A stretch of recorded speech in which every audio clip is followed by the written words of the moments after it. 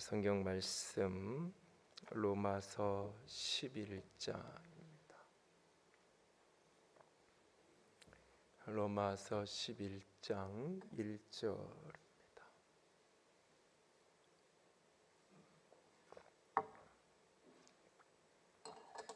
로마서 11장 1절에서부터 36절 11장 전체를 봅니다. 1절에서 마지막 36절까지 한 절씩 돌아가면서 읽겠습니다. 그러므로 내가 말하노니 하나님이 자기 백성을 버리셨느냐? 그럴 수 없느니라. 나도 이스라엘인이요 아브라함의 씨에서 난 자요 베냐민 지파라.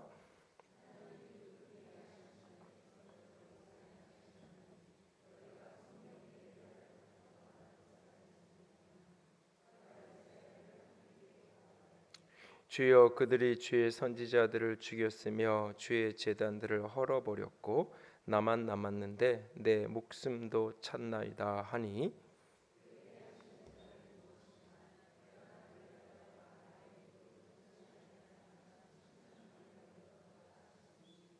그런즉 이와 같이 지금도 은혜로 택하심을 따라 남은 자가 있느니라.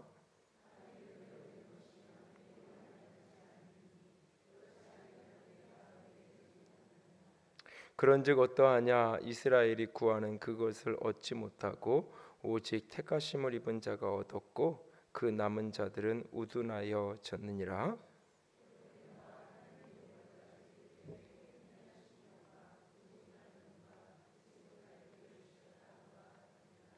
또 다윗이 이르되 그들의 밥상이 올무와 덫과 거치는 것과 보응이 되게 하시옵고,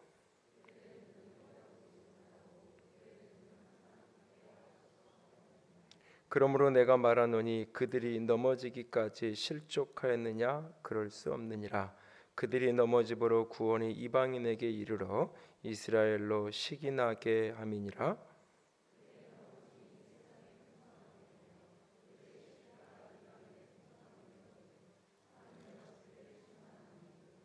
내가 이방인인 너희에게 말하노라. 내가 이방인의 사도인 만큼 내 직분을 영광스럽게 여기노니,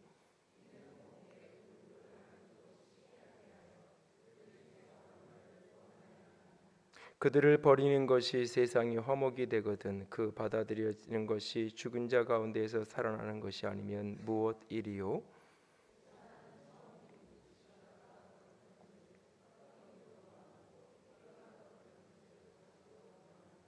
또한 가지 얼마가 꺾이었는데 돌 감람나무인 내가 그들 중에 접붙임이 되어 창 감람나무 뿌리에 진액을 함께 받는 자가 되었은즉,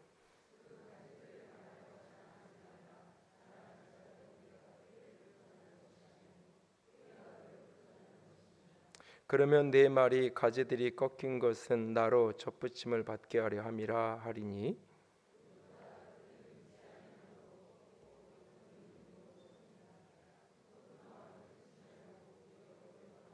하나님이 원 가지들도 아끼지 아니하셨은즉 너도 아끼지 아니하시리라.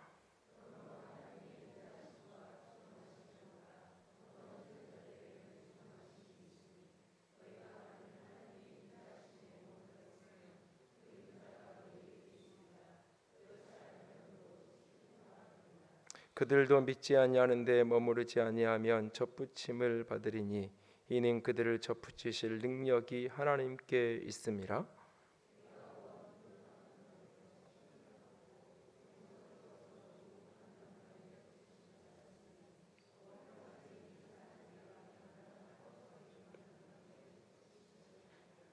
형제들아, 너희가 스스로 지혜 있다 하면서 이 신비를 너희가 모르기를 내가 원하지 아니하노니, 이 신비는 이방인의 충만한 수가 들어오기까지 이스라엘의 더러는 우둔하게 된 것이라.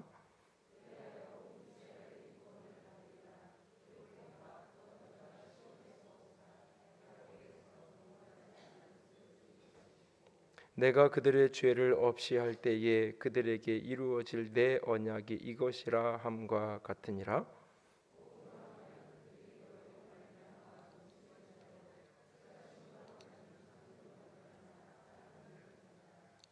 하나님의 은사와 부르심에는 후회하심이 없느니라.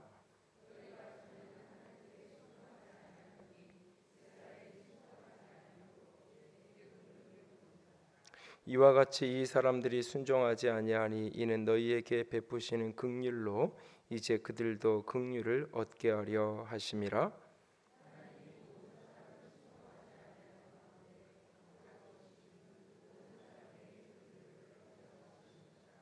깊도다 하나님의 지혜와 지식의 풍성함이여 그의 판단은 헤아리지 못할 것이며 그의 길은 찾지 못할 것이로다.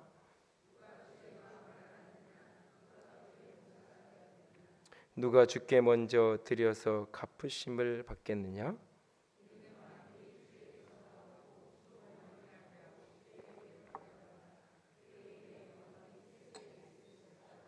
아멘. 특별 새벽 기도로 새벽에 이렇게 지난주 이번주 계속해서 로마서를 나누고 있는데요.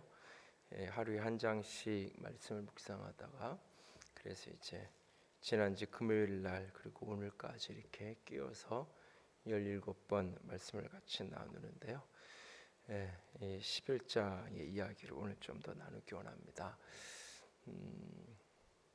오늘날 교회 안에서 한국 교회 안에서 논쟁이 되는 교회 안에서 이렇게 갈등을 일으키는 몇 가지 문제들이 있는데 논지죠, 문제라기보다는 그 중에 하나가 이제 이스라엘을 어떻게 이해하고 어떻게 바라볼 것이냐, 이스라엘의 구원의 문제를 어떻게 해석할 거냐라고 하는 부분이 이제 고민입니다. 몇 개월 전에 그 탄자니아 이민 선교사님 모셔서 이렇게 말씀을 나눠주시면서 언뜻 이제 스쳐 지나가면서 하신 이야기 중에 하나가 이제 예루살렘의 제3성전이 세워지고 이런 일들이 이제 몇 가지 이제 정치적인 상황 속에서 그런 일들이 추진되는 어떤 그런 모습들을 이렇게 언뜻 이야기하면서 주의 재림이 종말이 임박해진 그런 이야기를 잠깐 하셨는데, 그게 이제 오늘날 백투 예루살렘이라는 개념인데요. 그래서 오늘날 땅끝이 어디냐, 이 천국 복음이 땅끝까지 전해지면 그제야 끝이 오리라고 말씀하셨는데, 그 땅끝이 어디냐, 그 땅끝이 바로 이스라엘 백성들이고 예루살렘이다 라고 이제 그렇게 이해를 하는 겁니다. 오늘 본문이 대표적인 그 근거가 오늘 본문의 이야기인데, 그래서 특별히 26절에 보면 그리하여 온 이스라엘이 구원을 받으리니, 마지막 때가 되면 온 이스라엘이 구원받게 되어지는 이스라엘 백성들의 집단적 회심이라고 표현해, 이걸 어떤 분은 대추수라고 표현하고 여러 가지 표현을 사용하는데, 집단적 회심이 일어나게 될 것이고 그 이후에 이제 예수님의 재림이 오게 될 거다라고 하는 이제 하나의 개념이 있고, 그래서 이스라엘, 성경에 등장하는 이스라엘을 민족적인 나라로서의 국가로서의 이스라엘이라는 개념으로 연결시켜서 이해를 하는 그런 어떤 대표적인 운동, 이제 인터콥이나 이런 어떤 선교단체가 대표적인 이제 그런 신학적인 개념을 가지고 선교 운동도 하고 그러는데요. 그러나 사실은 전통적인 개혁주의 장로교의 신학으로 보면 이 이스라엘은 그 예수 그리스도의 오심과 더불어서 영적인 이스라엘로 이게 치환되어졌다라고 말하죠. 그래서 교회가 곧 이스라엘이다. 그래서 구약 성경을 읽든지 이스라엘을 향한 축복, 이스라엘을 향한 말씀들, 그것은 다 교회에 대한 말씀으로 읽어야 된다. 언젠가도 저한테 어떤 분이 질문하시기를, 시편에 보면 예루살렘을 축복하는 사람에게 하나님이 복 주신다, 그런 말씀을 가지고 이게 이스라엘을 축복해야지 되는, 이렇게 이 역사 속에서 이스라엘의 전쟁이 일어나고 그럼 우리가 이스라엘 편을 들어야 되는 거 아니냐, 이런 식의 질문을 받아서 이런저런 이야기를 나눴던 기억도 있는데요. 이 두 가지 개념들이 이스라엘을 영적 이스라엘로 해석해서 교회로 이해를 해야 된다는 것, 그것은 이제 이 갈라디아서를 보면 그 예수 그리스도 안에 있는 모든 믿음의 자손들이 아브라함의 자손이라고 이야기하고 있어요. 모든 예수 안에서 거듭난 예수 그리스도를 믿음으로 말미암아 의롭게 된 모든 그리스도인들이 교회가 아브라함의 자손이라고 이야기하고 있기 때문에 이스라엘은 곧 영적 이스라엘 곧 교회를 가리킨다라고 말합니다. 그런데 사실 이 두 논란이 교회 안에서도 이루어지고 여전히 진행형인 논란거리들인데요. 그러면서 이제 임박한 종말론을 이야기하는 어떤 이제 영적인 사역하는 분들이 조금 더 그쪽에 그래서 제3성전 세우기 운동 그래서 그런 거 이렇게 선교 헌금 모금도 하고 그런 어떤 무브먼트를 진행하기도 하고 그런 것들을 이제 아주 극단적으로는 저거는 잘못된 거다. 지나치게 성경을 문자적으로 해석하는 어떤 극단주의적인 그런 해석이다라고 해서 아주 이제 이단 시비까지 걸려고 하는 양 극단의 주장들이 동시에 있는데요. 사실 고민은 그 두 가지에 대한 일정한 근거가 성경 안에 있다는 사실이에요. 오늘 본문 안에 분명히 로마서 11장에 온 이스라엘 백성들이 이스라엘의 구원을 받는 하나님이 이스라엘을 버렸느냐 자기 백성을 버렸느냐 버리지 않았다. 명확하게 하나님이 자기 백성을 버렸느냐 버리지 않았다라고 분명히 말하고 있어요. 더러는 완악하게 된 어떤 때가 올 건데 이스라엘의 이방인의 충만한 때가 찰 때까지 어떤 때까지 그 이스라엘 백성들이 더러 완악해지긴 하겠지만 어떤 때가 되면 반드시 수많은 이스라엘 백성들이 구원에 이르는 때가 올 거다라고 하는 이 말씀을 근거로 하는 해석이 동시에 공존하기 때문에 사실 하나는 100%의 진리고 하나는 그렇지 않다고 말하기가 좀 조심스러운 부분들이 있습니다.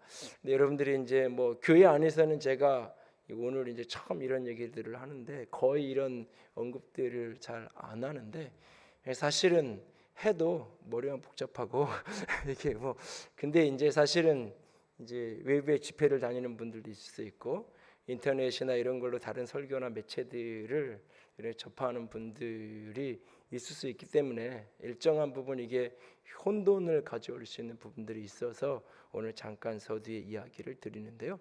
지나치게 성경의 어떤 말씀들을 가지고 현실의 어떤 역사적인 구체적인 사건들하고 이걸 이렇게 1대1로 대비시켜서 이해하는 것은 굉장히 위험한 일입니다. 그러니까 성경의 특정한 말씀들을 자꾸 지금의 어떤 현실의 어떤 상황, 냉정하게 따져서 지금 국가로서의 이스라엘이 성경으로 말하는 이스라엘이냐? 그 이스라엘 백성들이 지금 국가로서의 이스라엘 가운데 순수한 유대인의 혈통을 가진 사람들이 과연 얼마나 되느냐?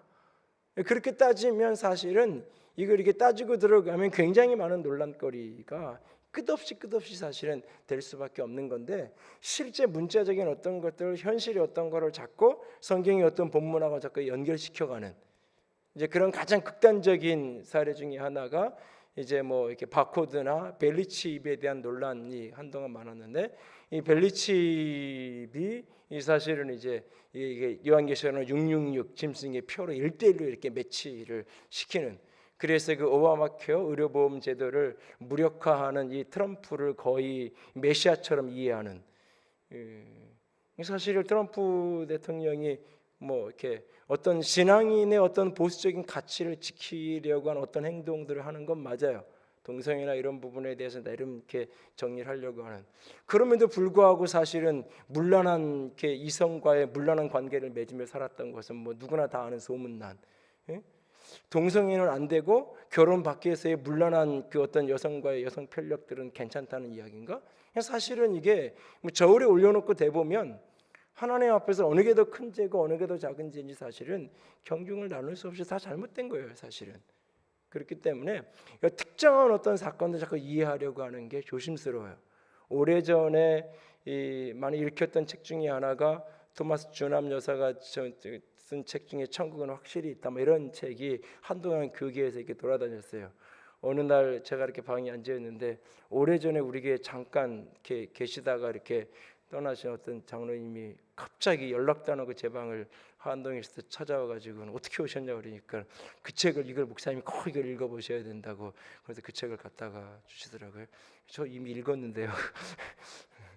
사실 이제 토마스 주니안 여사가 이제 환상 입신에 들어가서 천국을 수십 차례 갔다 온 이야기들을 쓰고 있는데 그 중에 어떤 부분은 이렇게 신앙적으로 도전받을 수 있는 게 있어요. 근데 이거 문제가 될 수 있다라고 딱 느낀 것 중에 하나가 거기에 보면 그 부시 대통령, 걸프전을 일으켰던 부시 대통령을 거의 이 구약 성경에 나오는 고레스와 같은 그런 어떤 마지막 때에 하나님이 쓰시는 세계 제국의 어떤 기독교 계열의 어떤 보루와 같은 역할을 하는 사람으로 그렇게 이렇게 해석을 해내고 있는 것을 보게 되는데, 나중에 보면 이라크 전쟁을 일으켰던 많은 근거, 이라크의 생화학 무기가 이런 것들이 다 거짓말이었고 조작이었다는 게 이제 역사 속에서 다 검증이 됐고, 걸프전을 했지만 이라크는 더 많은 사람들이 죽고 이라크 땅에 200만 명이 넘는 크리스찬들이 다 학살당하고 다 쫓겨나가고, 결국은 복음 확장에 복음을 전하는 관점에서 보면 사실 오히려 복음을 막아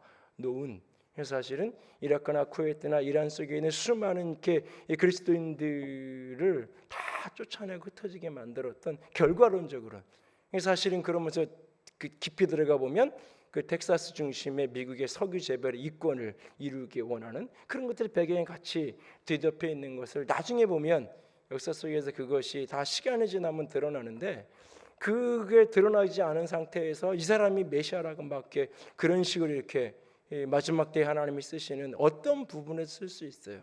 근데 그걸 성경의 어떤 사건하고 자꾸 오늘의 현실을 일대일로 연결시키는 게 위험한 거예요. 그런데 그런 이야기를 하면 사람들은 혹해요.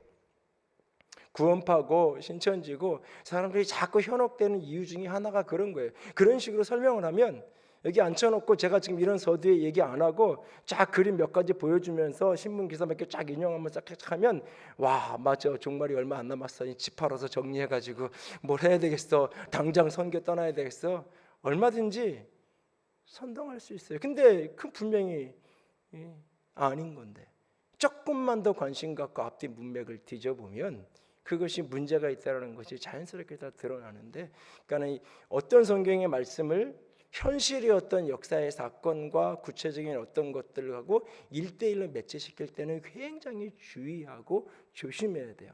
그리고 내가 그렇게 느껴질 때는 이렇게 표현해. 이건 것 같아, 이거 야, 이렇게 하면 안 돼요. 내가 보기엔 이게 그렇게 악용될 수도 있어, 이렇게 쓰여질 수도 있을 것 같아, 거기까지예요. 거기까지.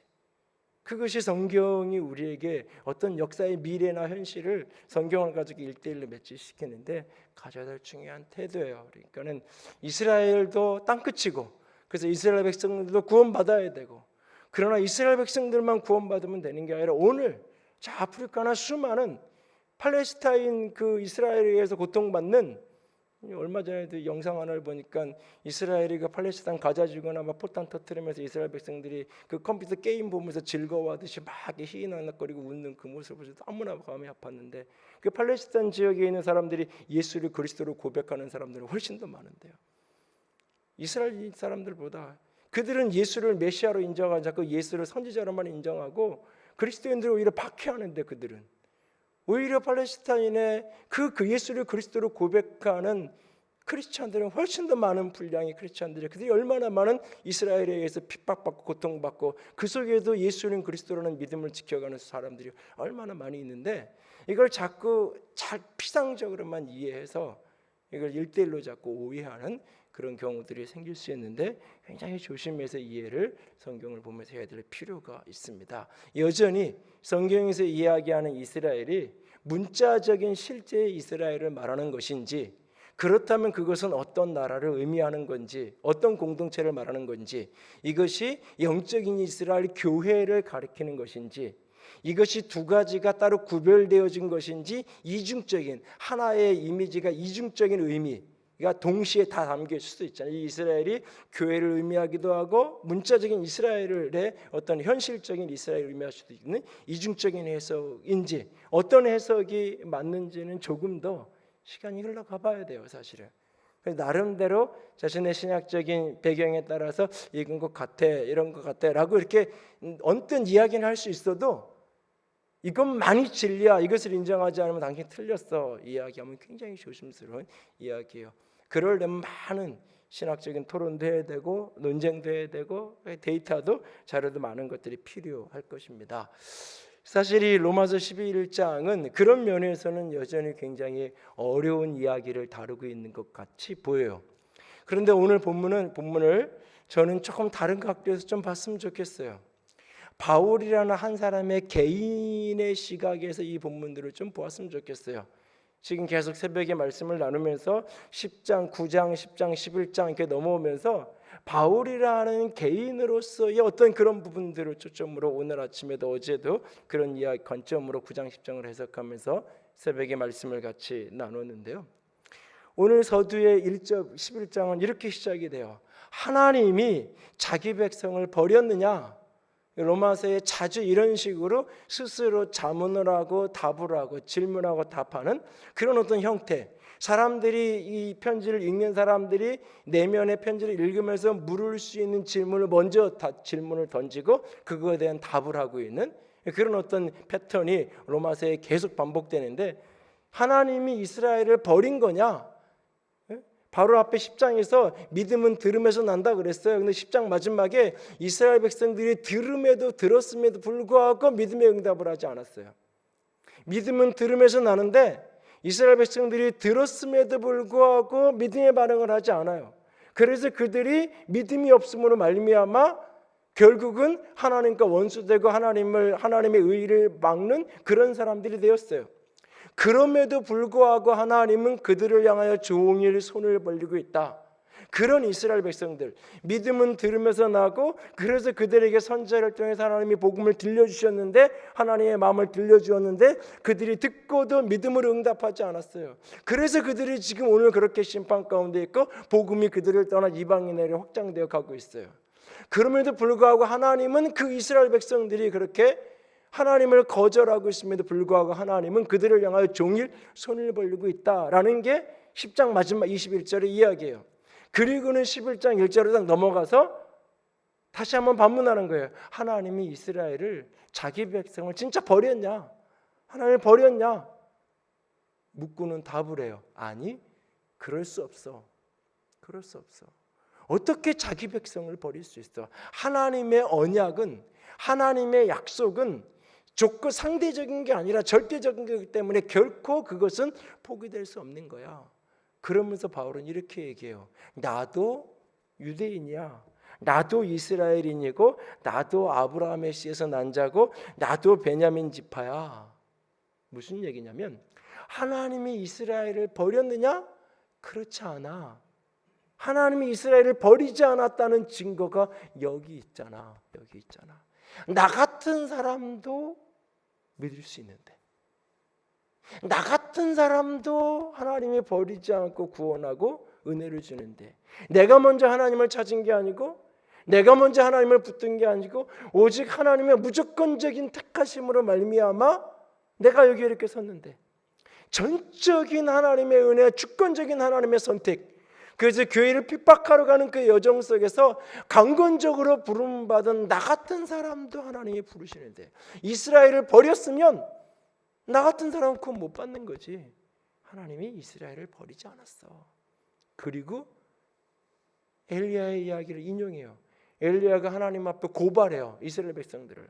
뭐라고 고발하냐면, 이 이스라엘 백성들이 다 하나님을 버렸다고, 하나님의 제단도 헐고 선지자 다 죽이고 이렇게 했다고 하나님을 향하여 고발해요.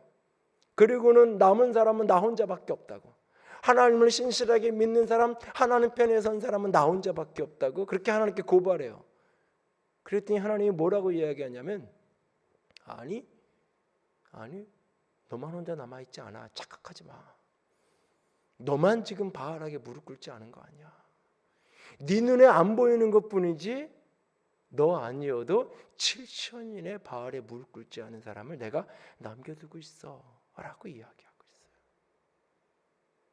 여기서 우리가 중요한 교훈 하나를 짚고 넘어가야 돼요. 그리스도인들이, 특별히 신앙인들이 교회에 대한, 내가 다니는 교회에 대한 건강한 긍정적 자긍심, 긍정적 어떤 마음을 갖는 건 굉장히 중요해요.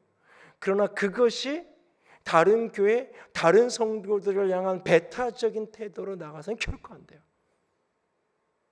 하나님이 내게 은혜를 조금 더 주셔서 내가 특별해서 여기까지 온 게 아니라,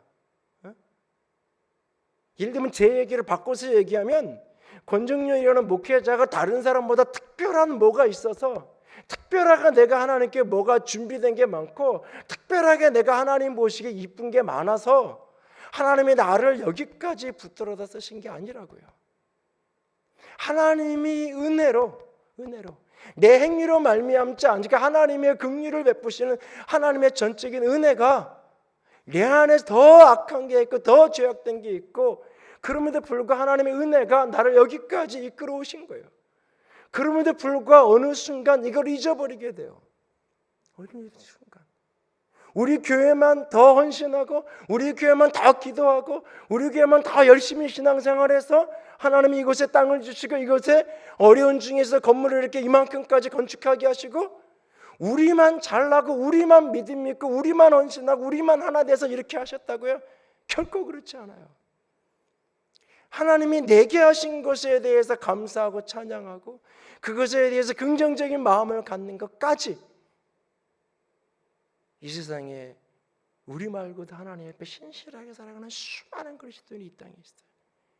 제가 강단에서 한국 교회에 대한 부정적인 이야기 극도로 이야기하지 않잖아요. 다른 교회에 대한 어떤 부정적인 이야기, 인터넷이나 사건이, 교계에서 별 사건이 일어나도 강단에서 일절 내가 언급하지 않아요. 누군가가 개인적으로 목사님 이런 문제를 어떻게 이해해야 되고 물을 때 제가 나름대로 생각을 나누었지 일절 얘기하지 않았잖아요. 허물 있는 어떤 부분들이 있어요. 부정적인 어떤 부분들이 있어요. 그러나 한국교회 곳곳을 들여다보면 한국 그리스도인들의 설문 통계들을 쭉 조사를 해보면요, 참 재밌는 통계가 있어요. 통계 수치들을 분석을 하면 나오는 공통적인 태도 가운데 하나가 뭐냐면, 대부분의 그리스도인들이 한국교회는 타락했다고 이해해요. 특별히 한국교회 목회자들이 타락했다고 이해해요. 한국교회 대부분의 문제는 많은 프로테이지는 목회자들이나 장로니까 교회 리더십의 문제라고 진단을 해요.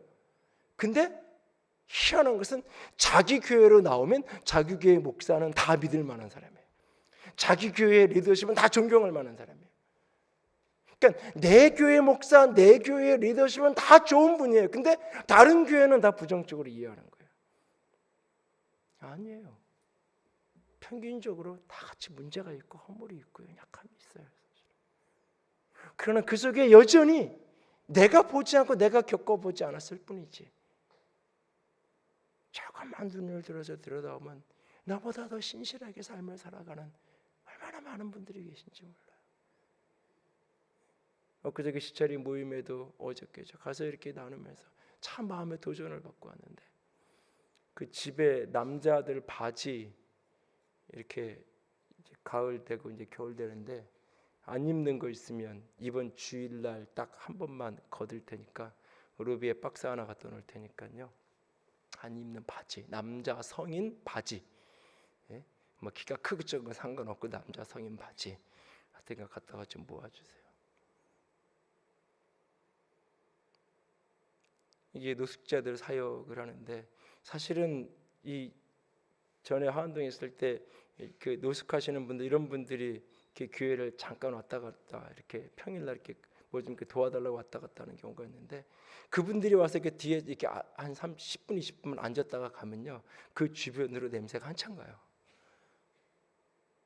근데 목사님 한 분이 이렇게 일주일에 2번, 한 하루는 노숙자, 여러 이렇게 그 도시에, 서울 시내 이렇게 도시의 어려운 분들을 이렇게 섬기고 교인들이 같이 하고, 그 목사님도 어떻게 보면 대단하죠. 그 교인들이 그걸 동의하고 같이 거기에 헌신하고 같이 그런 사람들이 주일 예배 와서 드리는데, 어쩌면 그것 때문에 어떤 사람은 교회를 떠나기도 한다 그래요. 그런 거 싫어서.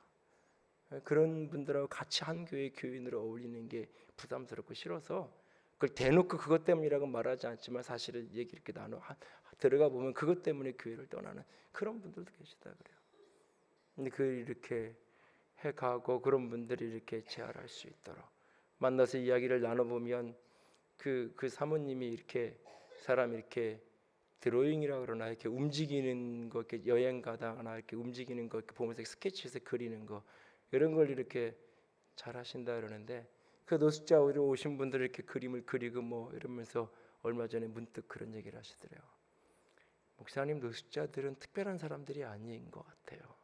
그냥 보통 사람들인 것 같아요. 그리고 그 사람들하고 가까이 가서 얘기해 보니까 하나같이 보통 사람들인 거예요. 그냥 근데 이렇게 이 남자들이 인생을 이렇게 살다가 어느 날 한번 딱 꺾이면 재기를 하지 못하니까 그 재기하지 못하는 그 절망 속에서 술에 빠져들기 시작하고 그게 이제 일정한 시간이 지나니까 알코올 중독이 되고 뭐 이렇게 해서 이제 자기 관리가 안 되고 이렇게 되니까 이제 거리에서 그렇게 생활하는 거예요. 근데 얘기를 들어보면 하나같이 다 반듯하게 번듯한 생활을 하다. 근데 그러다 꺾이는 시점, 어떤 사람은 아내가 죽고 뭐 이렇게 사업이 망하고 그 어떤 시점이 한번 꺾였을 때 그걸 재기를 못하니까 그냥 그렇게 돼버린 거예요. 그러니까 그런 사람들을 가까이 하고 나누고, 교회는 우리 교회보다 작은지 모르지만 모이는 사람들은 소수인지 모르지만 잠깐 이야기를 나누면서 참 많은 생각을 했어요. 돌아오고 나서 제가. 그러니까 우리는 자꾸 내 교회, 내 공동체에 대한 긍정적 확신을 갖는 것까지는 좋은데 그것이 자꾸 배타적이 되고 폐쇄적이 되고 다른 분들에 대해서도 자꾸 부정적인, 그래서 제가 교회 다니는 분들, 방황하는 분들은 데리고 와도 좋은데 이미 교회 다니는 분들, 누가 교회 다닌다 그러면 절대 건들지 말라고. 우리 교회가 더 좋은데, 우리 교회가 성령 충만하고 우리 교회가 말씀을, 그런 소리 하지 말라. 어느 교회를 가야 될지를 찾아다니는 사람에게 교회를 소개할 수 있을 거고, 시험 들고 갈등 속에서 교회를 못 정하고 오랜 세월 그 가나안 성도라고 표현하잖아요. 가나안, 거꾸로 하면 안 나가.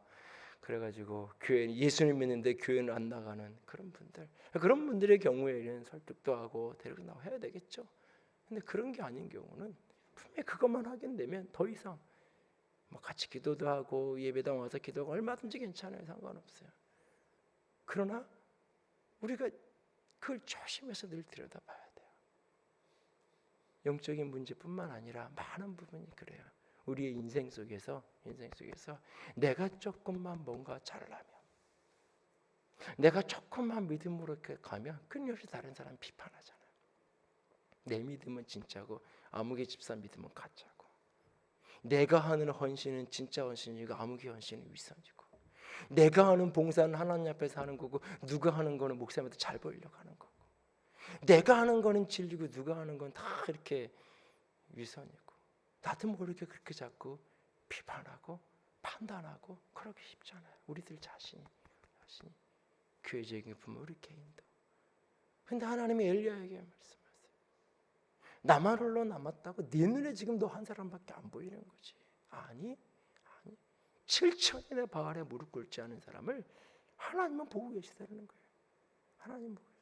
엘리야 이야기 속에 그 오바댜라는 사람, 모든 사람이 다 아합의 권력의 하수인이 돼서 아합과 같은 그 악한 아합과 이세벨의 그 악한 사람 밑에서 국방장관하고 그 아빠 잠깐 밑에서 행정자치부 내무장관하고 이런 사람 다 손가락질하지. 믿는 사람이 신인 사람이 어떻게 저런 사람 밑에 가서 저런 역할을 하냐고.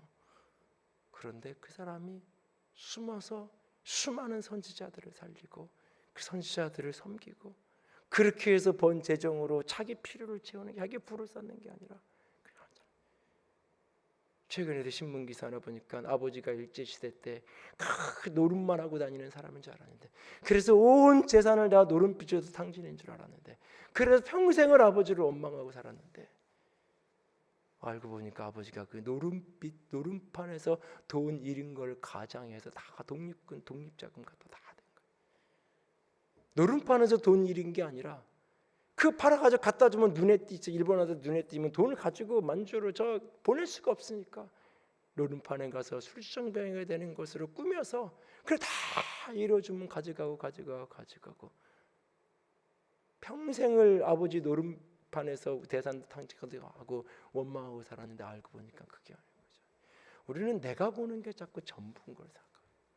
내가 보는 것만 진리라고 자꾸 생각하는 그런 위험성이 우리 속에 늘 있어요. 우리가 하나님이 이스라엘을 버리지. 그래 지금 이스라엘 백성들이 완악하고 지금 이스라엘 백성들이 그렇게 복음을 듣지 않고 예수도 십자가에 못 박았고 여전히 완악하게 가지. 그래서 하나님이 저들을 버린 것 같지.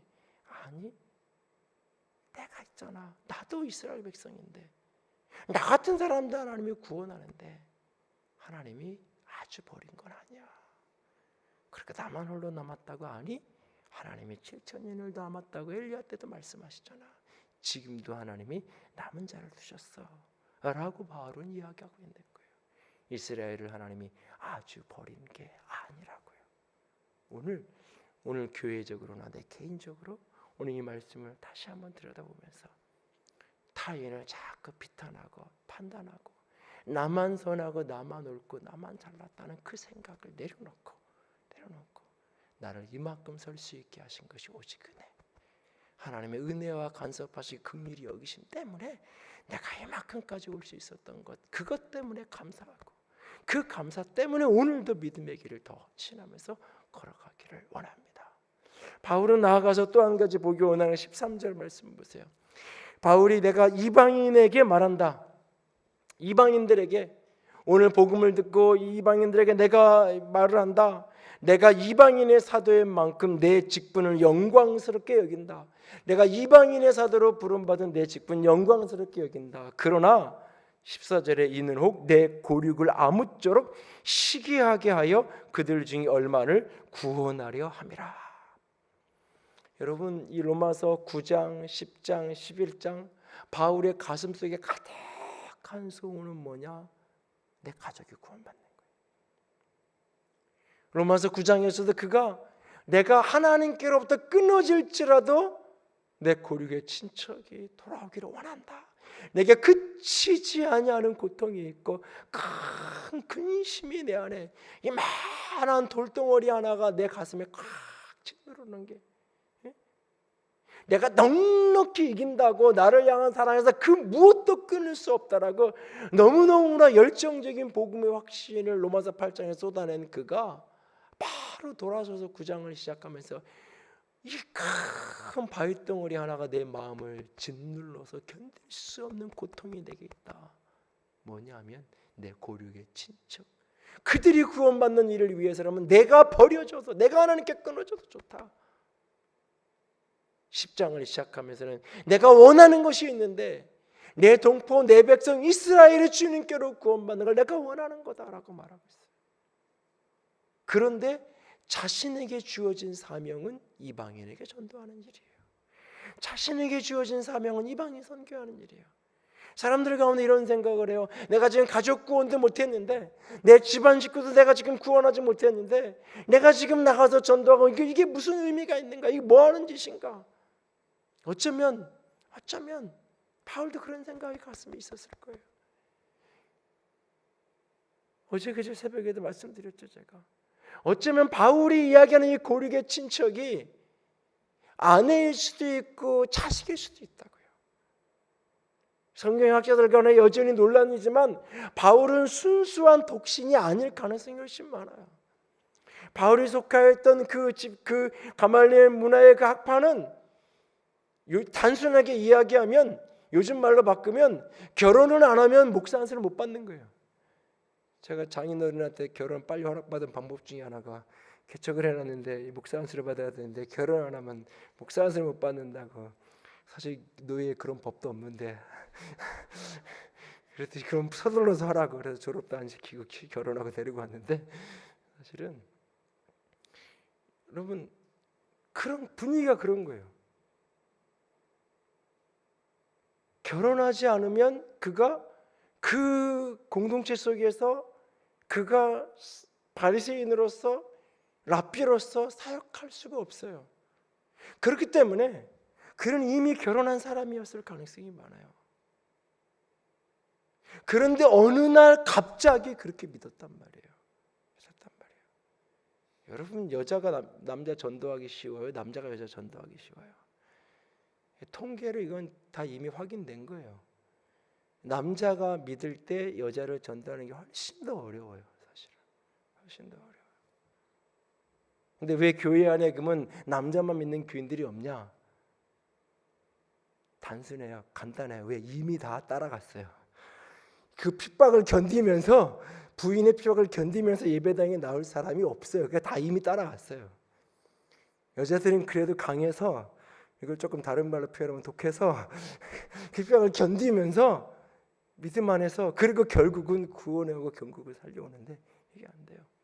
바울도 어느 날 다메섹 가다가 어느 날 눈 멀고 3일 동안 원치 않는 금식하고 맹인 생활하고 그러다가 은혜 받고 성령 받고 어느 날 갑자기 진짜 횟가닥한 거잖아요. 어느 날 횟가닥한 거잖아요. 남편은 직장 갔다 오더니 어느 날 횟가닥한 거잖아요. 어느 날 직장 갔다 오더니 사표냈어요. 나 아프리카 갈 거야 라고 하면 여러분 알았어, 나도 같이 가. 그러고 보따리 쓰고 따라갈 거예요? 믿는 부인들도 잘 가라고 나는 못 간다고 그럴 가능성이 많은데, 전혀 믿지 않는, 전혀 신앙에 자신 어제만 해도 죽여야 된다라고, 저 이단이라고, 하나님을 모독하는 자들이라고 같이 그렇게 꿍짝에 맞춰서 이야기했었는데 어느 날 저렇게 바뀌어서 한순간 저러고 다닐 때 그걸 이해할 사람이 누가 있겠어요? 어쩌면 여전히 이 부분은 학자들 간에 논란이 있지만, 그렇다면 그의 가슴에 지울 수가 없는 거예요. 그냥 먼 친척, 그게 아니에요. 그냥 먼 이스라엘 민족 전체, 이 나라가 구원받아야 되는, 이 민족 복음화가 이루어져야 되고 이 도시가 부흥해야 돼, 복음화가 이루어져야 돼, 그런 어떤 거대한 담론을 이야기하는 게 아니에요. 지금 사실은 그의 깊은 시름 속에 그 구원을 위해서.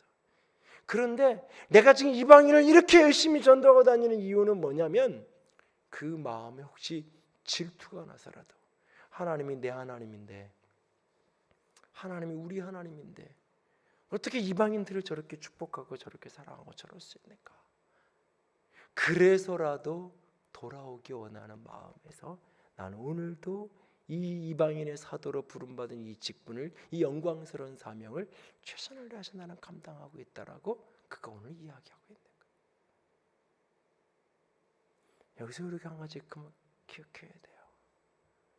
어떤 사명이든 어떤 직분이든 그리스도인에게 어떤 직업이든 그것은 늘 영혼을 살리기 원하는 초점과 맞닿아 있어야 돼요.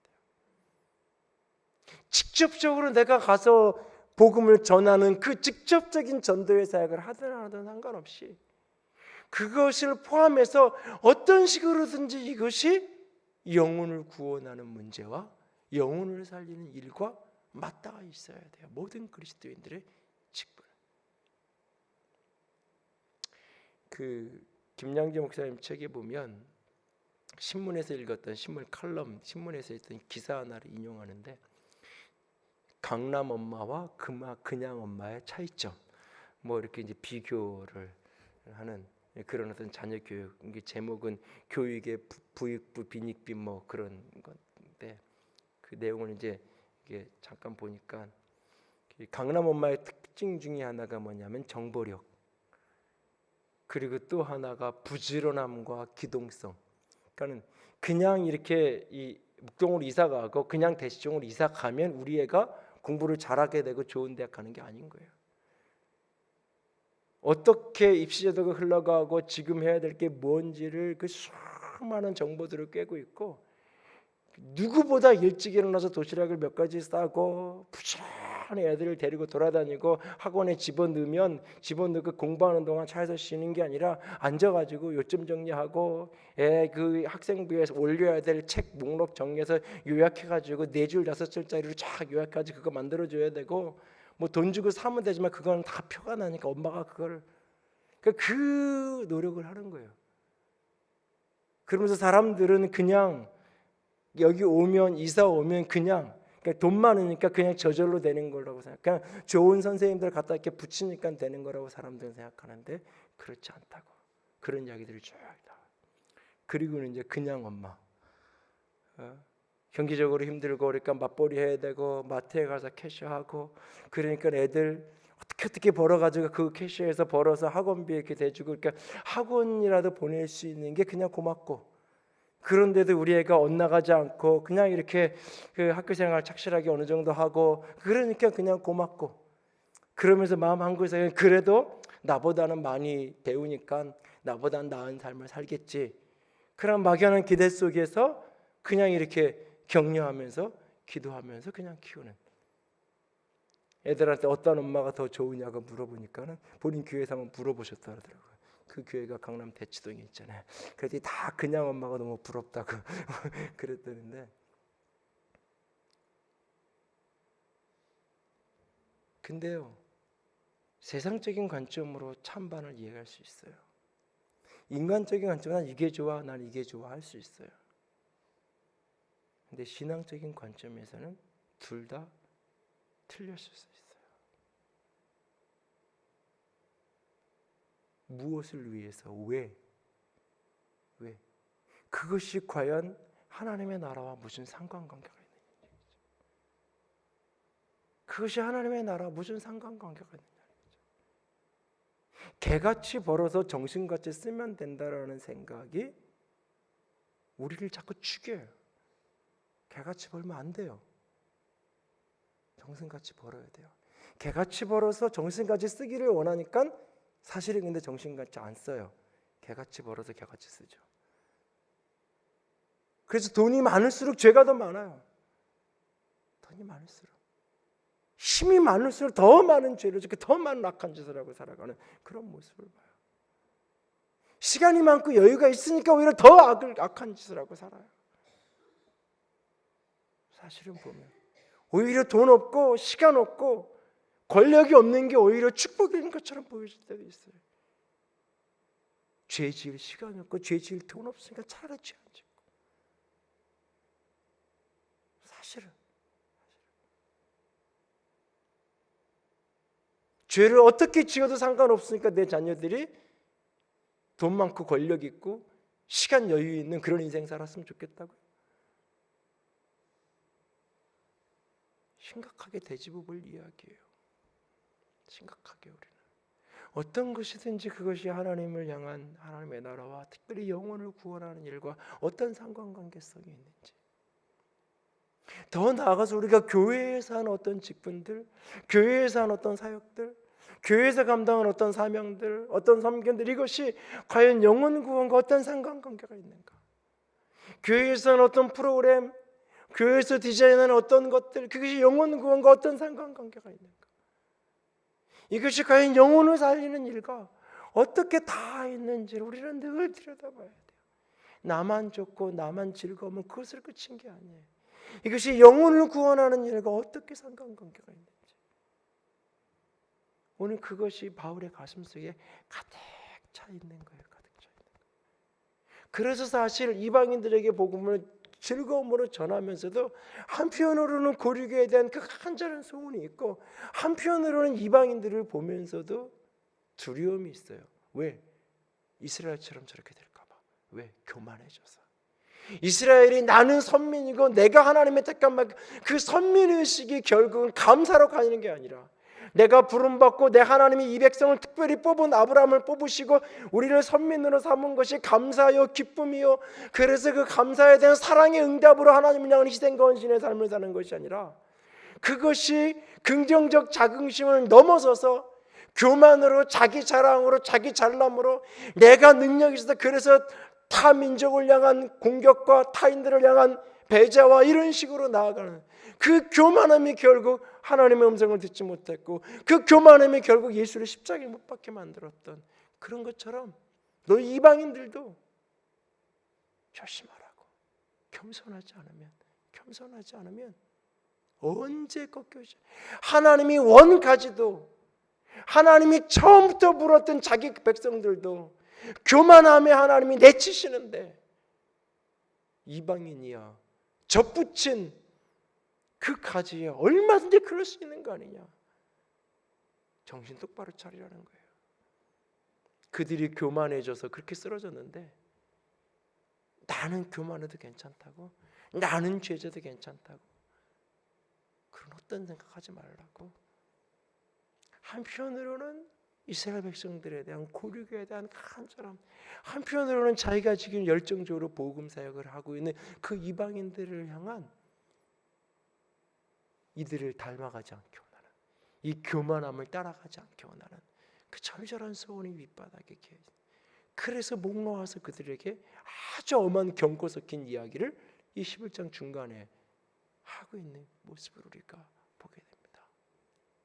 오늘 우리의 모습 속에 내 자신을 돌아보기 원합니다. 내게 어떤 직분을 감당하든지, 내가 무엇을 하든지, 내가 어떤 직업을 갖든지, 그의 영혼을 살리는 일과 어떤 상관관계를 가지고 나는 지금 그 일을 하고 있는가? 그 일이 내게 생활의 방편이 되고 그 일이 내게 축복의 누림이 되는 거 좋아요. 그러나 그 과정이, 그곳에서 만나는 사람들이, 그곳에서 내가 접촉하는 사람들 속에 어떻게 하나님의 복음이 흘러가지는지, 그것으로 얻어지는 결과로서의 재정만을 가지고 하나님 일을 하는 거 아니에요. 그 과정에서 만나지는 사람들, 그 과정 속에서 스쳐가는 사람들, 그 속에서 나는 어떤 영향력을 끼치고 있는지, 아, 저런 사람이라면, 저런 집주인이라면 나도 한번 교회를 가고 싶다. 저런 식당 주인, 예수 믿어서 저럴 수 있는 거라면 나도 진짜 한번 교회를 한번 가보고 싶다. 내가 만나고 내가 접촉하는 그 스쳐가는 수많은 사람들 속에서 나는 무엇을 감당하든지 얼마나 나는 영혼 구원과 상관관계성 속에서 그것들을 감당해 가고 있는지, 오직 내 수익의 관점, 오직 내 이익의 관점, 그래서 그걸로 만들어낸 결과로만 내가 하나님께 11조하고 하나님 나라를 위해서 봉사 헌금하고 그렇게만 생각하는 거에서 다 넓게 바라보면서 그 과정 속에서 선한 영향력들이 우리 속에서 흘러가서 영혼들이 구원받고 영혼들이 주께로 돌아오게 되는 축복이 있어지기를 원합니다. 오늘 바울은 그 고민과 고뇌를 나누면서 끝으로 이런 얘기를 합니다. 25절에 너희들이 하나님의 신비를 모르기로 원하지 않는다. 이방인들의 충만한 자가 차면 이스라엘 백성들이 돌아오는 때가 올 거다라고 서두에 이야기해 드렸던 그런 이야기를 쭉 하세요. 그러면서 하나님이 긍휼을 베푸실 것이라고 이야기해요. 사실은 이 짧은 몇 절 속에서 바울이 많은 이야기를 하고 싶지만 그는 지금 신학적인 논문을 쓰는 게 아니에요. 사실 그래서 언뜻 이야기하지만 다 해석할 수 없어요. 그리고는 그는 이야기해요. 33절에 깊도다. 하나님의 지혜와 지식의 풍성함이요 그의 판단은 헤아리지 못할 것이며 그의 길은 찾지 못할 것이로다. 여러분, 하나님께 이렇게 말할 때가 있지 않아요? 하나님 틀렸습니다. 하나님 이거 틀렸어요. 하나님 이런 때는 이렇게 해주셔야지. 하나님 이건 틀렸어요 라고 말하고 싶을 때 있지 않아요? 근데 그 하나님의 지혜와 그 하나님의 그 풍성하심, 우리가 그의 판단하심을 헤아릴 수 없다고 얘기해요. 34절에 누가 주의 마음을 알았느냐, 누가 주의 모사가 되어, 모사 참모 좋은 자, 누가 주의 마음을 알고 누가 주님 감히 조언을 하는 참모가 돼서 그 모사꾼이 돼서 주님 곁에서 내가 할 수 있겠느냐, 누가 주께 먼저 드려져서 갚으심을 받겠느냐. 아무도 그 지혜를 알 수 없다는 거예요.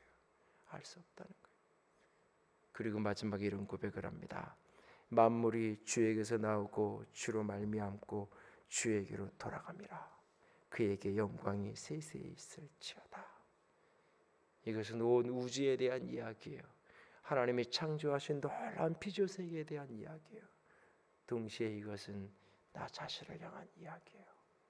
여러분들 한 사람 한 사람을 향한 이야기예요. 내가 주께로부터 나왔어요. 내가 주로 말미암아요. 그리고 내가 주님께로 갈 거예요. 내 인생이 하나님 앞에 어떻게 반달될지 우리는 알 수 없어요. 내 인생이 하나님께로부터 왔어요.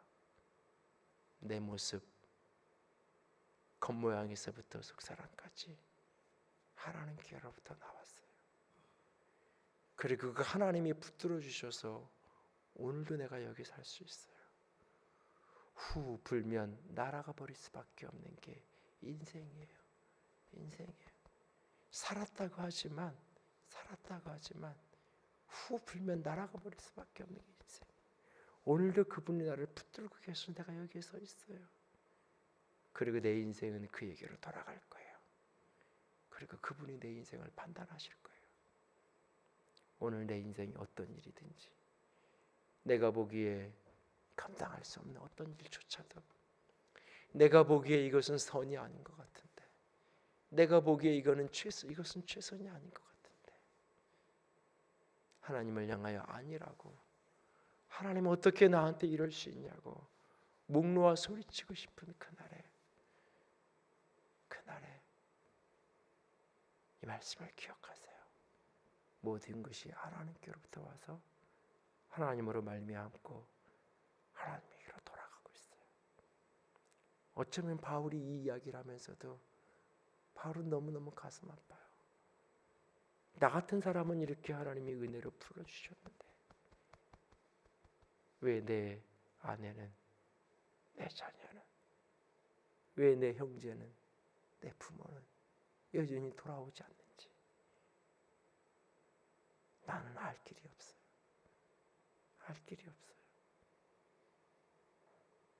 그러나 하나님은 선하신 분이고 하나님은 좋으신 분이에요. 하나님의 지혜가 인간의 모든 지혜보다 뛰어나요. 아니, 하나님의 어리석음이 인간의 지혜보다도 나아요. 그러하게 내 인생의 모든 것이 그에게서 나오고 그로 말미암고 그에게로 돌아갈 거예요. 그러므로 내가 인생의 어떤 자리에 서 있든지, 내가 오늘 인생의 봄, 여름, 가을, 겨울 가운데 어떤 시즌을 맞고 있든지 상관없이 내 인생의 최종 평가는 그분이 하실 거예요. 그분이 세상의 평가에, 아니 자기 자신의, 자기 인생에 대한 평가에 흔들리지 마십시오.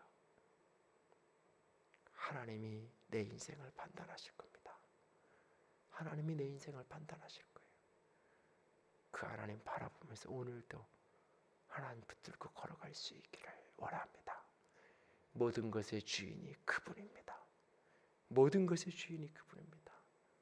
오늘 내 가슴을 뛰게 하고 오늘 내 두려움에 근심에 휘감기게 하는 그 수많은 소식들이, 수많은 일들이 내게서 벌어지지만 그럼에도 불구하고 하나님은 여전히 살아계시고 나뭇잎 하나 떨어지는 게 우연이 아닐진데 하나님이 반드시 그것을 통해 선을 이루어 가실 겁니다.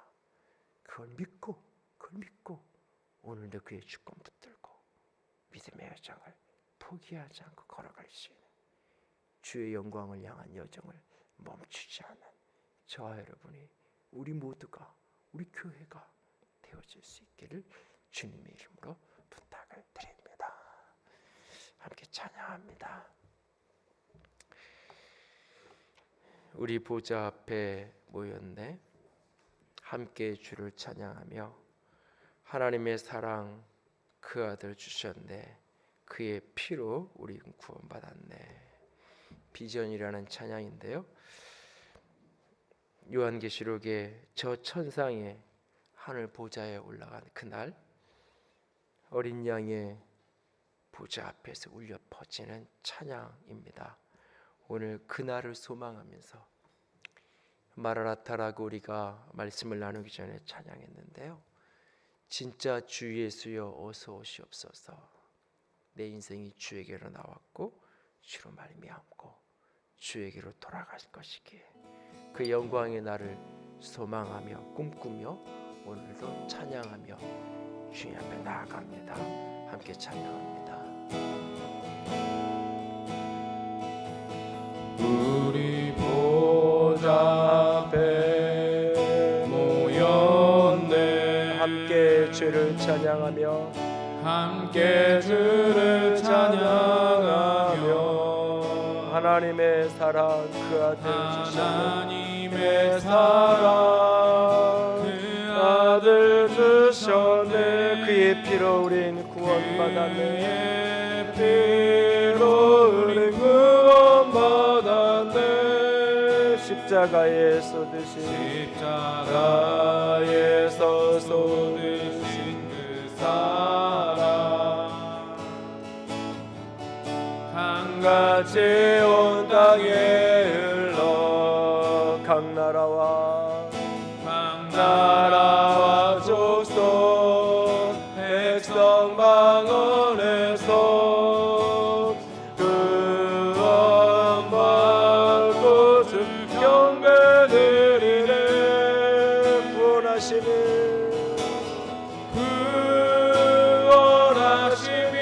보좌에 앉으신 우리 하나님과 어린 양께 있도다. 구원하시는 보좌에 앉으신 우리 하나님과 어린 양께 있도다. 한 번 더 고백합니다. 우리 보좌 앞에 모였네. 우리 보좌 앞에 모였네. 함께 주를 찬양하며 하나님의 사랑 하나님의 사랑 그 아들 주셨네.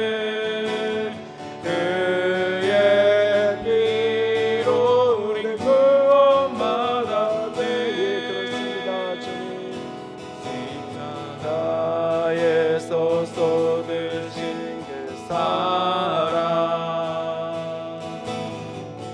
강같이 온 땅에 흘러 각 나라와 족속 백성 방언에서 구원받고 주 경배드리네. 구원하시는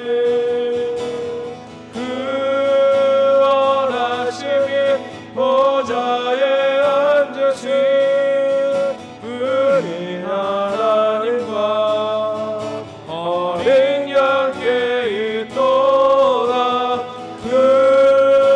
구원하심이 보좌에 앉으신 우리 하나님과 어린 양께 있도다. 구원하시는 보좌에 구원하심이 보좌에 앉으신 우리 하나님과 어린 양께 있도다. 구원하심이 보좌에 앉으신 우리 하나님과 어린 양께